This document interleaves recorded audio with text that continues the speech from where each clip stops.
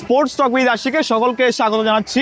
প্রথমেই রাজশাহী ওয়ারিয়র্সকে ধন্যবাদ এত সুন্দর একটি জার্সি দেওয়ার জন্য, কারণ বিপিএল এর এটা হচ্ছে সেকেন্ড কোয়ালিফায়ার চলছে, বা যতক্ষণে ভিডিওটা আপলোড হবে ঠিক ততক্ষণে ম্যাচটা আসলে শেষ হয়ে যাবে। তখন আসলে রাজশাহী জিতবে কি হারবে সেটা আমি জানি না, বাট তবুও রাজশাহী ওয়ারিয়র্সকে ধন্যবাদ এত সুন্দর একটা জার্সি আমাকে গিফট করার জন্য। শুধু আমাকেই না, যে কজন গণমাধ্যম কর্মী ছিলেন সবাইকে গিফট করেছে। আচ্ছা, এবার মেইন টপিক আসি। বাংলাদেশ ক্রিকেট দল যদি এবার বিশ্বকাপ না খেলে তাহলে কোনো সমস্যা হবে কিনা?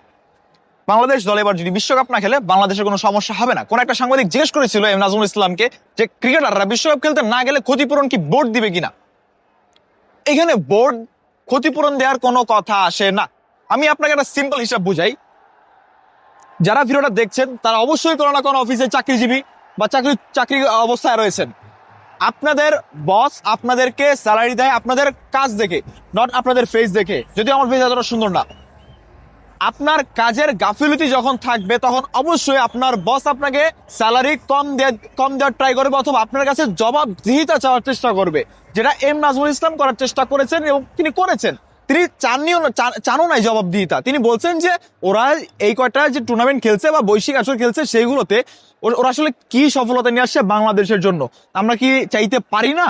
চাইতে পারি না, আর হচ্ছে যে আমরা চাইতে পারবো, দাও আমাদেরকে। এই জিনিসটা সম্পূর্ণ ভিন্ন। তার পার্সপেক্টিভ থেকে কথাটা ঠিক আছে। তিনি অ্যাজ আ উপদেষ্টা বা পরিচালক কর্মকর্তা, হোয়াট ইজ ইট, তিনি তার জায়গায় ঠিক আছেন, তার কথা তিনি ঠিক আছেন। অনেকে বলছেন ভাই তার জায়গায় তিনি ঠিক নাই, তার জায়গায় তিনি অবশ্যই রাইট, তিনি ঠিক আছেন। এবার আসি লাভ ক্ষতির জায়গায়।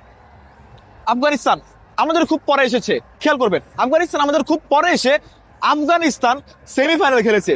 টানা 2টা বিশ্বকাপ তারা কোয়ালিফাই করার পর তারা কিন্তু সেমিফাইনাল খেলেছে বিশ্বকাপে, টি-20 বিশ্বকাপে। সেখানে আমরা এখনো সাহস করতে পারি না যে টি-20 বিশ্বকাপে আমরা খেলবো। আমরা সেই আফগানিস্তানের কাছে আমরা ম্যাচ হেরে যাই।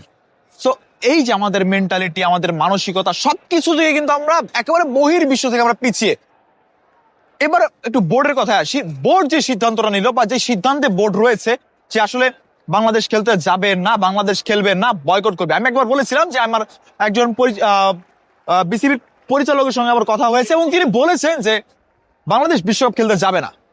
যদি আইসিসি বলে যে ভারতে খেলতে হবে, বাংলাদেশ বিশ্বকাপ বয়কট করবে, ওয়াক ওভার দিয়ে দিবে। যদি তাই হয়, এই বাংলাদেশ বোর্ডকে, এই যে বোর্ডের যত কর্মকর্তা রয়েছেন তাদেরকে এই বাংলার ক্রিকেট প্রেমী 1000 বছর মনে রাখবে।